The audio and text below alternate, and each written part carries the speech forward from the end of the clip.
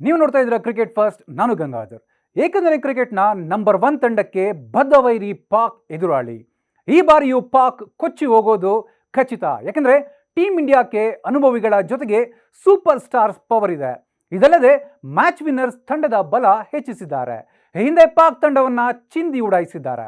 ಬಾಂಗ್ಲಾ ಎದುರು ಕೊಹ್ಲಿ ಫೇಲ್ ಆಗಿರ್ಬೋದು, ಆದರೆ ಪಾಕ್ ವಿರುದ್ಧ ಕಿಂಗ್ ಕೊಹ್ಲಿ ಗರ್ಜನೆ ಪಕ್ಕ.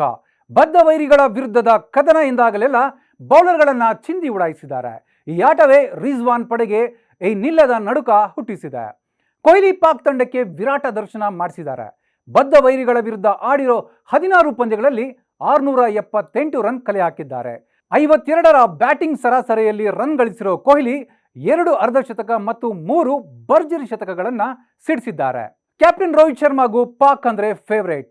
ಪಾಕ್ ಬೌಲರ್ಗಳನ್ನ ಹಿಗ್ಗಾಮುಗ್ಗ ಜಾಡಿಸಿರುವ ರೋಹಿತ್ ಸೂಪರ್ ಹಿಟ್ ಪರ್ಫಾರ್ಮೆನ್ಸ್ ನೀಡಿದ್ದಾರೆ.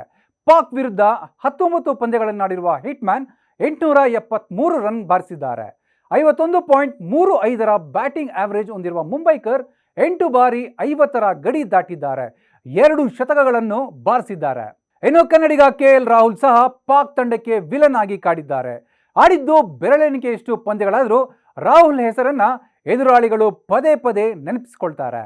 3 ಪಂದ್ಯಗಳಲ್ಲಿ 1 ಅರ್ಧಶತಕ ಮತ್ತು 1 ಶತಕ ದಾಖಲಿಸಿರುವ ರಾಹುಲ್ 187 ರನ್ ಪೇರಿಸಿದ್ದಾರೆ. ರಾಹುಲ್ ಬ್ಯಾಟಿಂಗ್ ಸರಾಸರಿ 187 ದಾಟಿದೆ. ಬೌಲಿಂಗ್ನಲ್ಲೂ ಪಾಕ್ ಬ್ಯಾಟ್ಸ್ಮನ್ಗಳು ಚೈನಾ ಮ್ಯಾನ್ ಕುಲ್ದೀಪ್ ಯಾದವ್ ಸ್ಪಿನ್ಗೆ ಸ್ಟನ್ ಆಗಿದ್ದಾರೆ. ಇದನ್ನ ಕುಲ್ದೀಪ್ ದಾಖಲೆಗಳೇ ಹೇಳುತ್ತವೆ. 6 ಪಂದ್ಯಗಳಲ್ಲಿ 45 ಓವರ್ ಬೌಲ್ ಮಾಡಿರುವ ಕುಲ್ದೀಪ್ 12 ವಿಕೆಟ್ ಪಡೆದಿದ್ದಾರೆ.